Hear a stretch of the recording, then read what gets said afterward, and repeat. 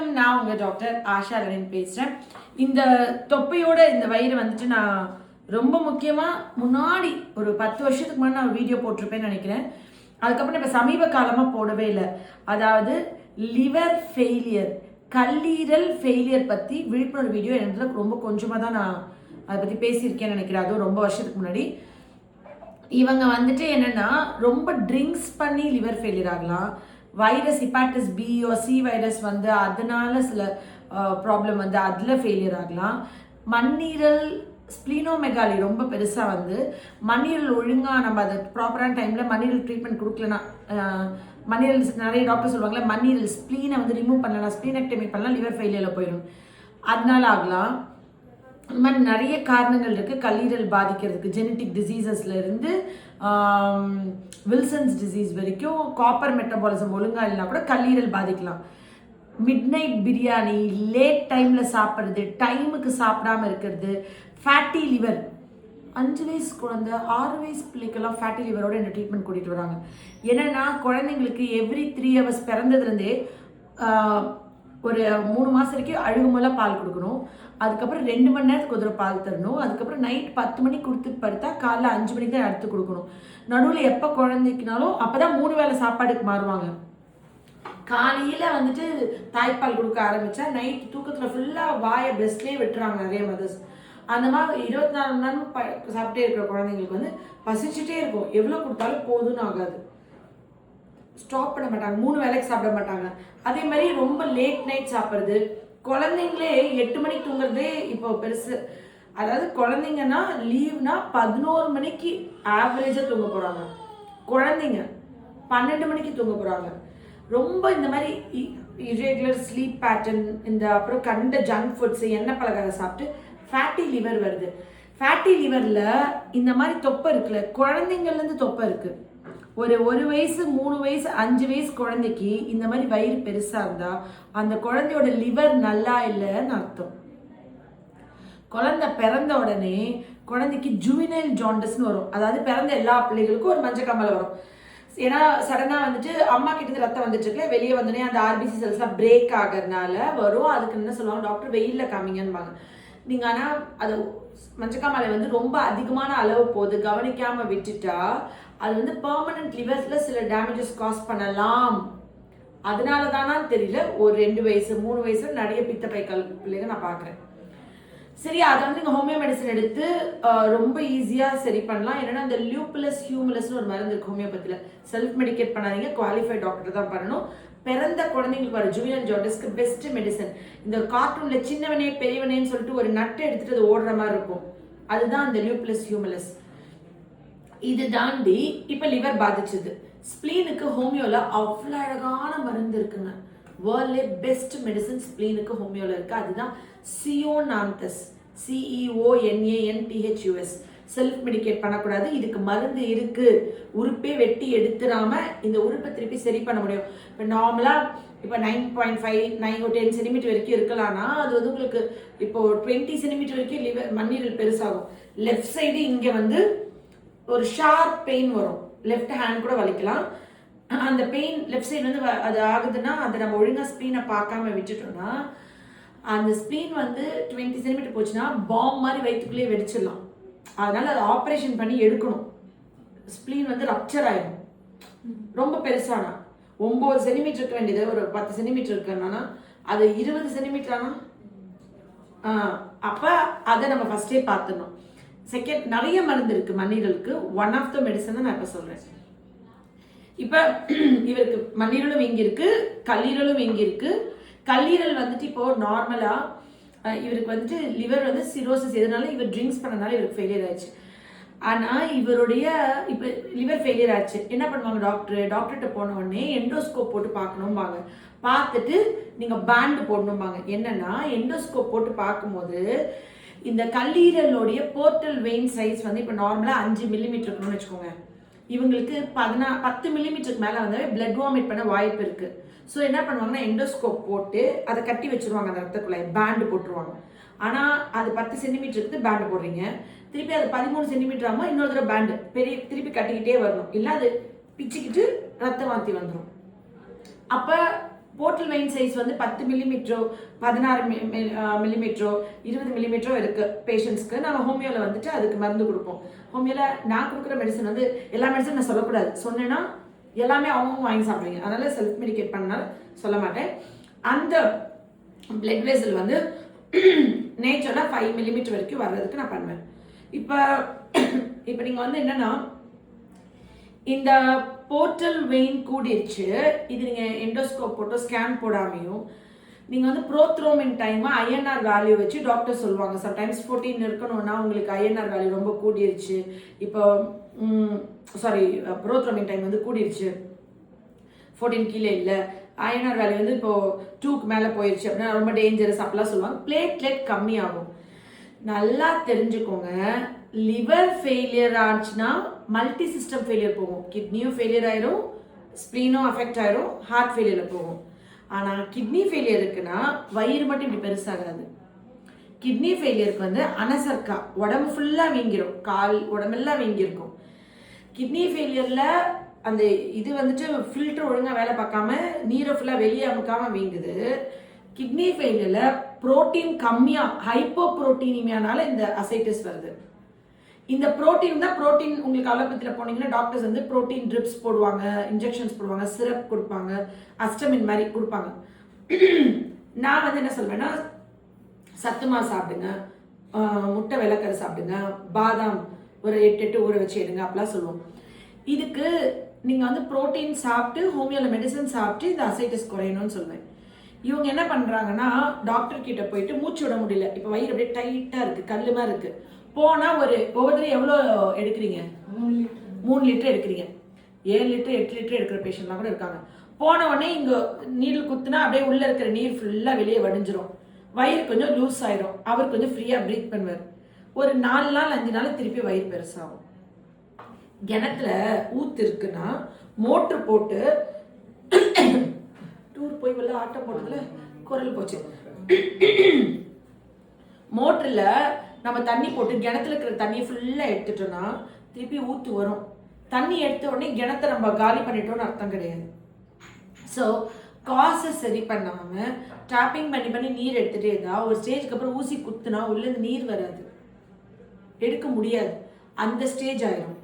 So இதுக்கு permanent solution வந்துட்டு medicine சாப்பிட்டு இந்த இதை நம்ம சரி பண்ணணும்.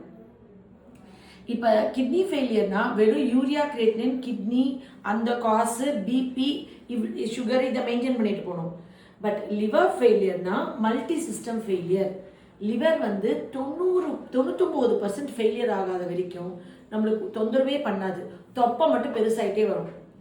ஃபேட்டி லிவரில் mild fatty liver, moderate fatty liver, அப்புறம் கிரேட் 1, கிரேட் 2, கிரேட் 3 5 ஸ்டேஜ் தான்.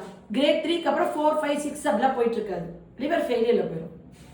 இப்பெல்லாம் சாதாரணமாக ஒரு 30 வயசு ஆளுக்கே grade 2 fatty liver, grade 3 fatty liver சொல்கிறாங்க. அப்புறம் என்ன பித்தப்பை கல் வரும். பித்தப்பை கல் வந்தோடனே அது ப்ராப்ளம். லிவர் ஒழுங்காக வேலை பார்க்கலன்னா தான் பித்தப்பையில் கல் வரும். பித்தப்பைக்கு தனியாக வேலை கிடையாது, அதுவே வேலைலாம் பார்க்காது. லிவர் ஒழுங்காக வேலை பார்க்கலன்னா பித்தப்பை கல் வரும். பித்தப்பை மட்டும் கட் பண்ணி எடுத்துட்டா லிவர் நல்லா வேலை பார்த்துருமா? அந்த பையே எடுத்துட்டோம், அடுத்து லிவருக்கு இன்னும் லோடு தான், இன்னும் தான் அது சீக்கிரம் பாதிச்சிடும், இன்னும் தான் அதுக்கு ஜாக்கிரதையை நம்ம பார்க்கணும். நம்ம வந்து ஃபேட்டி லிவர் சரி பண்ணி அவங்களோட லிவரை சரி பண்ணி அப்புறம் ஸ்டோன் சரி பண்ணுறதுனால தான் என்கிட்ட அந்த ஸ்டோன் சரி பண்ணுற ப்ராசஸில் கல் சரியானப்ப திருப்பி கல் வர்றதில்ல. இவங்களுக்கு அப்படி சரியாயிடுச்சு மேடம், நீங்க கொடுத்ததுல தான். ஆமா, என்கிட்ட இவங்க வந்து ரொம்ப மோசமான நிலைமையில, உயிருக்கு ஆபத்தான நிலைமையில போன இந்த வருஷம் மார்ச் மாசம் வந்தாங்க. ஜான்வரி, பிப்ரவரி, மார்ச் 3 மாசம் சாப்பிட்டாங்க. அப்புறம் ஆள் அட்ரஸே காணும். கல் பித்தப்பை கல்லுக்காண்டி வந்தீங்களா? பித்தப்பை கல்லுக்கு வந்துதான் சரி ஆயிடுச்சு. அப்ப நான் சொன்னேன் லிவர் ஃபெயிலியர் இருக்கு, ஒழுங்கா மருந்து சாப்பிடணும். ஆள் அட்ரஸே காணும். இன்னைக்கு வந்தாங்க. நான் சொன்னேன் எதுக்கு வந்தீங்க, நீங்க போயிட்டு எங்கன்னா போய் பாருங்க, ஏன்ட்டு எதுக்கு வந்தீங்க, போய் புது லிவர் மாத்துங்க அப்படின்னு எல்லாத்துலயும் அவங்க ஒய்ஃப் வந்து கண்ணீர் இப்படி வச்சுட்டு எனக்கு கரெக்ட் பண்ணிடுறாங்க. கொஞ்சம் அவங்க இறக்கமா பேசினோடனே எனக்கு ஐயோ சரி ஓகே அப்படின்னு சொல்லிட்டு நான் விட்டுறேன். அது பரவாயில்ல, நீங்க வந்து ஆனா நீங்க நான் தானே எவ்வளவு மோசமா இருந்து சரி பண்ணேன். நீங்க தான் நான் தான் காப்பாற்ற முடியும், யாராலும் காப்பாற்ற முடியாதுன்னு சொன்னீங்க. அது நல்லா தெரிஞ்சிச்சு. இப்ப போய் எதுக்கு இப்ப எத்தனை தடவை டாப்பிங் பண்ணிருக்கீங்க இது வரைக்கும்? 3 தடவை டாப்பிங் பண்ணி 3 லிட்டர் எடுத்தீங்க. இப்ப திருப்பி வந்துருச்சு எவ்வளோ? அவரால் டிராவல் பண்ண முடியல. சரி, எடுத்த 5 நாள்ல திருப்பி எப்படினாலும் இதுல ஒரு 11 லிட்டர் தண்ணி இருக்கும். அப்புறம் வயிறு பெருசாகுதுனாவே அது லிவர் தான். அது 2 வயசு குழந்தையா இருந்தாலும் 20 வயசு ஆளா இருந்தாலும் தொப்பை இருக்கக்கூடாது. தொப்பை வந்து உங்களோட கல்லீரலோட இண்டிகேஷன். நாக்கில் ஒரு அறிகுறி வரும், சிலதுக்கு வேறு நெகத்துல வரும், சிலது கண்ணில். ஒவ்வொரு நோய்க்கு இப்போ கண்ணு கீழே பஃபினஸ் இருந்தால் அது கிட்னி. அந்த மாதிரி லிவர் வந்து வயிறு. ஸோ அந்த வயிறை வந்து இங்கே கேர்லெஸ்ஸாக இருக்கக்கூடாது. அதுக்கப்புறம் விதப்பை, கால் எல்லாமே வீங்கிடும். அவரால் நடக்க முடியாது. உங்களுக்கு புரியுதுங்களா? ஸோ நீங்கள் அந்த பிளேட்லெட் கம்மியாகும். எல்லா லிவர் ஃபெயிலியர் பேஷண்ட்ஸ்க்கும் மோஸ்ட்லி பிளேட்லெட்ஸ் வந்து ரொம்ப கம்மியாயிடும். பிளேட்லெட்டை கூட்டுறதே பெரிய டாஸ்காக இருக்கும் எனக்கு. கிட்னி ஃபெயிலியருக்கு ஹீமோக்ளோபின் தான் கம்மியாகும், யூரியா கிரியேட்டினின் கூடும். ஸோ என்ன நோய் நம்மளுக்கு இருக்குன்னு கரெக்டாக தெரிஞ்சுக்கிட்டு கரெக்டாக வைத்தியம் பார்க்கணும். போட்டு கன்ஃபியூஸ் பண்ணிக்க கூடாது. இது நிச்சயமா ஒரு எல்லாருக்குமே ஒரு விழிப்புணர்வு இருக்கும். வயிறு நல்லா காமிச்சிட்டியா? ஃப்ரெண்ட்ஸ் இருந்து காமிச்சிரு.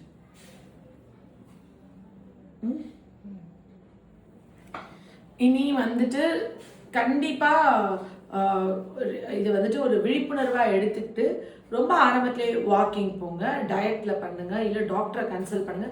ப்ராப்பரா உங்க உடம்ப நீங்க பார்த்துட்டீங்கன்னா பின்னாடி நீங்க ஹாப்பியா உங்க லைஃப்பை வாழலாம். இல்லைன்னா நீங்க வந்துட்டு இந்த வைத்தியத்திலே உங்க வாழ்க்கை ஃபுல்லா போயிடும். அப்புறம் வாழ வேண்டிய காலம் ஃபுல்லா குடிச்சிட்டு கடந்துட்டு உங்களுக்கு எல்லாமே முடிஞ்சு போச்சுன்னும் போது இப்போ ஒய்ஃப் மேல அன்பு வச்சா என்ன, வைக்காட்டி என்ன, அந்த குழந்தைங்களை பார்த்தா என்ன, பார்க்காட்டி என்ன, அந்த டைம்ல உங்களோட சந்தோஷம் நினைச்சிட்டு நீங்க ஹாப்பியா இருக்கீங்க. ஆனா அந்த டைம் ஃபுல்லா எவ்வளோ தியாகங்கள். எல்லா வீட்டுக்காரங்களும் சந்தோஷமா லவ்விங்கா வெளியே போக ஒரு கடத்தல் இப்படிலாம் போகும்போது இவங்களும் டிசர்வ் பண்றாங்களே to be loved, to be cared, to be pampered. எல்லா மனைவி டிசர்வ் பண்றாங்க. ஸோ அந்த டைம்ல நீங்க வந்துட்டு உங்க ஹாப்பினஸ்ன்னு பாக்குறீங்க. அந்த ஒய்ஃபை வந்துட்டு அவங்களுடைய கனவுகள், அவங்களுடைய வாழ்க்கை, அவங்களுக்கு ஆசை பாசங்கள் எல்லாத்தையும் நீங்க நினைக்கிறதே இல்லை. அம்மாவும் சொன்னாலும் கேட்கறதில்ல, அக்கா தங்கச்சி சொன்னாலும் கேட்கறதில்ல, ஒய்ஃப் சொன்னாலும் கேட்கறதில்ல, பிள்ளைங்க சொன்னாலும் கேட்கறதில்ல. கடைசியில் அந்த உறுப்பு ஃபுல்லா பாதிச்சு நீங்க சம்பாதிச்சு வச்சது உங்க அப்பா அம்மா சம்பாதிச்சு வச்சு எல்லாத்தையும் வைத்தியத்திலே காலி பண்ணிட்டு அதுக்கப்புறம் என் மனைவியாட்டம் உண்டா நீங்க பேசிட்டு அப்புறம் நீங்க என்ன பிரயோஜனம்? நீங்க அந்த வருஷத்துக்கெல்லாம் ரீவைண்ட் பண்ணி திருப்பி அந்த நாள்லாம் வாழ்ந்து வர முடியுமா? திருப்பி அதை கொண்டு வர முடியுமா? இது எனக்கு என்ன பொறுத்த வரைக்கும் லைஃப்ல வந்துட்டு நம்ம மனைவிக்கு ஒரு துரோகம் பண்ணா கூட, வெளியாளுக்கு பண்ணா பாவம், உள்ள ஆளுக்கு பண்ண, நம்மளே நம்பி உயிருக்கு உயிரா நம்மளுக்காண்டே காத்திருக்கிற நம்மளோட குழந்தைங்க, நம்மளோட மனைவி, நம்மளோட கணவருக்கு நம்ம உண்மையா இல்லாம இவங்க தானே 2 தடவை நம்ம ஏதாவது கோவத்தில் இருக்கோம், அம்மா ஒரு கோவத்தில் இருக்காங்க, 4 அடி தூக்கி போட்டு சாத்திட்டு நான் கோவத்தில் அம்மா அடிச்சிட்டேன், நீ என் பிள்ளை தானே, பரவாயில்ல நம்ம பிள்ளை தானே அப்படின்னு நினைக்கிறது கூட பாவம் தான். அந்த குழந்தைங்க எனக்கு நிம்மதியாக தூங்க போகணும், அந்த மனைவி எனக்கு நிம்மதியாக தூங்க போகணும், அந்த கணவர் நிம்மதியாக தூங்க போகணும். யாருமே பார்க்கலன்னு ஒன்று இல்லவே இல்லை. பிரபஞ்சத்துக்கும் இயற்கைக்கும் நமக்கும் நம்ம ரொம்ப உண்மையாக இருக்கணும், கடவுளுக்கும் உண்மையாக இருக்கணும். அப்போதான் நம்மளால வந்துட்டு ஒரு அட்லீஸ்ட் ஒரு பீஸ்ஃபுல்லான கடவுள் நிறைய வாய்ப்புகள் கொடுப்பாரு. மேபி இவர் வந்துட்டு ரொம்ப நல்லவராக இருக்கலாம். நல்லவர்ன்றது ஒரு குவாலிட்டியா? ஸோ வாட், எல்லாரும் நல்லவங்க தான் இருக்கணும். என் வீட்டுக்கு ரொம்ப நல்லவர், அதனால நான் காப்பாற்றிருக்கேன். நல்லவர்னா என்ன? அதனால என்ன? எந்த தப்பும் பண்ணாம, எந்த தப்பான பழக்க வழக்கங்கள் போகாம எத்தனை கேன்சர் பேஷண்ட் நான் பார்க்குறேன். அவங்களாம் எந்த தப்பும் பண்ணல, ஏன் மேம் எனக்கு கேன்சர் வந்துச்சும்பாங்க. பரிதாபமா இருக்கும், ஒவ்வொருத்தவங்க பார்க்கும்போது அவ்வளோ கஷ்டமா இருக்கும். அதெல்லாம் ஒன்றும் பண்ண முடியாது. அதுவாது விதியோட சதி ஏதோ நம்ம தலையில எழுதியிருக்குன்னு நம்ம நினச்சிக்கலாம், கடவுளை நம்ம திட்டிக்கலாம்.